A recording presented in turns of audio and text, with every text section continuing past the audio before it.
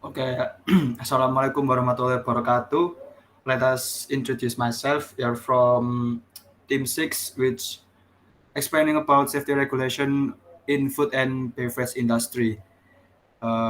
In Team 6, there is me, Wahyu Jatmika, with NRP 102, and then there are my friends. Monggo. Okay, thank you, Iko. Let me introduce myself. My name is Nurul for Qurratul'aini, and my NRP is 110.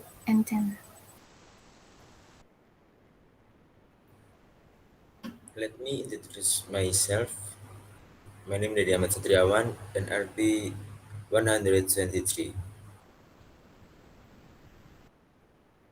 Yeah, okay. Next one is me. Let me introduce myself. My name is Derry Brianantha, NRP 125. Okay, next. Okay, let me introduce myself. My name is Wahyu Maharlita with NRP 126. Okay, thank you guys. Let's get into it. First, food and beverage industry. There are roughly 7 billion humans that live on Earth, and to ensure their survival, they need to eat food and drink beverages. Therefore, there are some people who see this opportunity and make money out of it through the food and beverages industries, which is actually a good thing because besides it can fulfill humans' need for food and drink, it can also provide jobs too. But the food and beverage industry could turn into a bad thing if there is no quality control applied in their operation because with no regulation and quality control controlling the industry, food and beverage can contain many hazards including chemical, biological, and physical that can hurt, even kill humans. Hence, a regulation is needed to control the quality of food we eat and beverages we drink. Safety regulations. Some regulations that control the food in and beverage industry is corporate. The first, corporate responsibility. Every company involved in the food supply chain is required to do their due diligence to ensure that the quality and safety of food product within the bounds of their responsibility. This includes implementing in-house controls according to HACCP. In addition, corporations assume liability for any damages their products may cause. Second, traceability.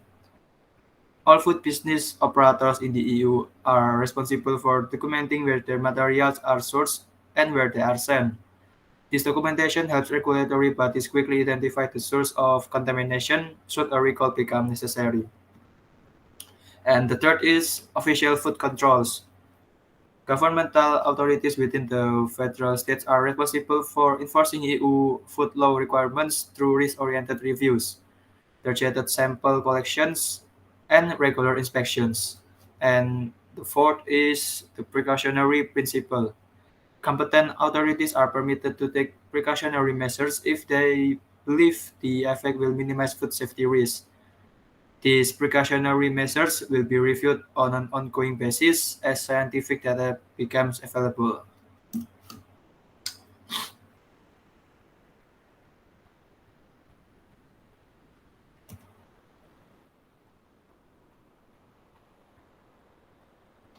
Next.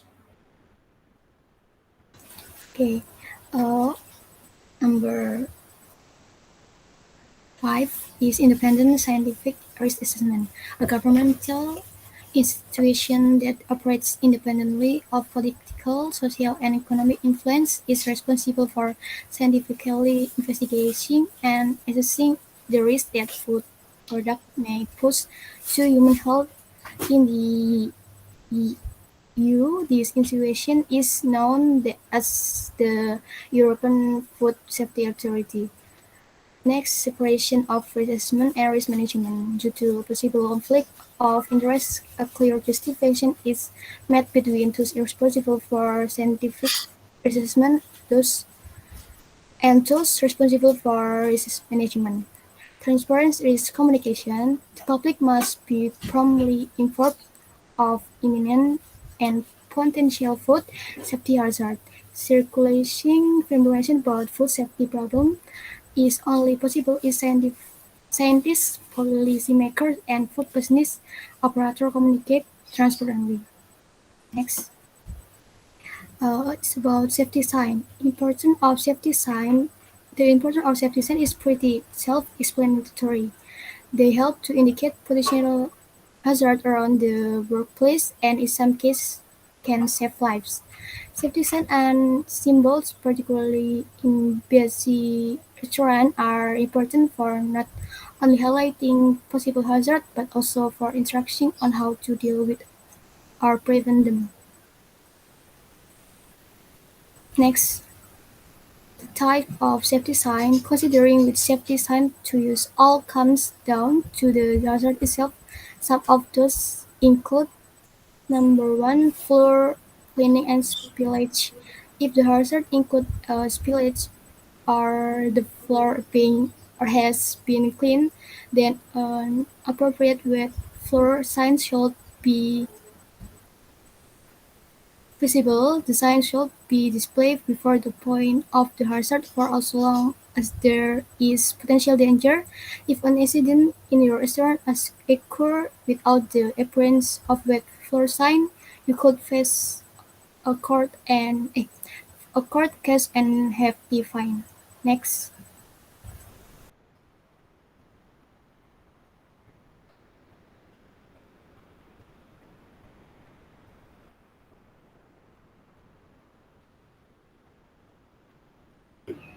ADT. Fire hazard. There are a number of fire safety signs available, and by law, you should be displaying the following in your workplace. 1. Fire action notice. 2. Fire exit sign. 3. Fire extinguisher sign. Fire exit sign, face fire extinguisher sign, and fire action notice sign. But of this sign is essential in food and beverage industry because, as we know, we mostly use fire to process raw food into cooked food in a large scale such as industry. This is a type of hazard that must be activated and mitigate. Fire exit sign is to show people which way to escape fire.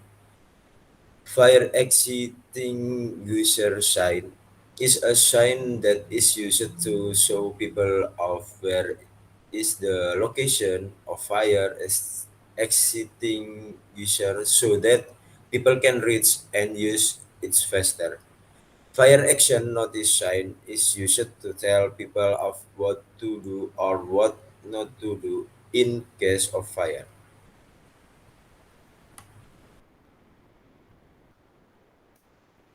Okay, the next one is catering hygiene atau not 100% required. It's useful to display a catering hygiene guidelines sign in areas where the staff congregates, for example, food preparation areas and kitchens. This type of sign will help to create awareness of food safety practice and ultimately reduce the risk of infection and contamination. Next is first aid sign. Every workplace should have at least one first aid kit. In the case of a restaurant, there should be a first kit in every area where the risk of injury is considerably high, especially in the kitchen and the bar area. Next, and the next is no smoking area. There are some restaurants that apply no smoking rules in restaurants to maintain the comfort of fellow diners, especially for those who don't smoking. Okay, next.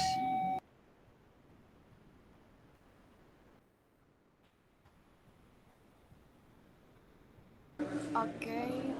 Next is maintain a distance. The rules of social distancing are widely applied in several restaurants, especially during the COVID-19 pandemic.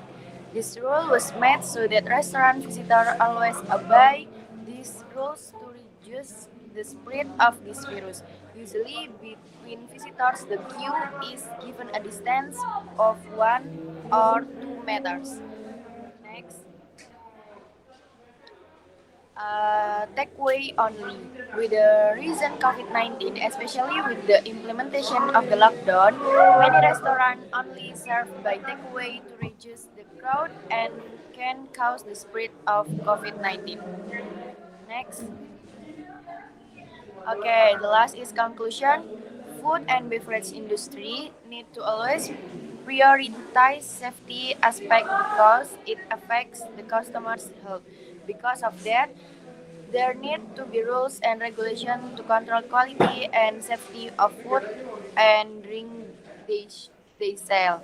The industry performs shouldn't think not only about their profit but also their workers' safety and their consumers' health. Okay, and this is our last slide. Thank you for the time. So this is from us. Thank you. Thank you.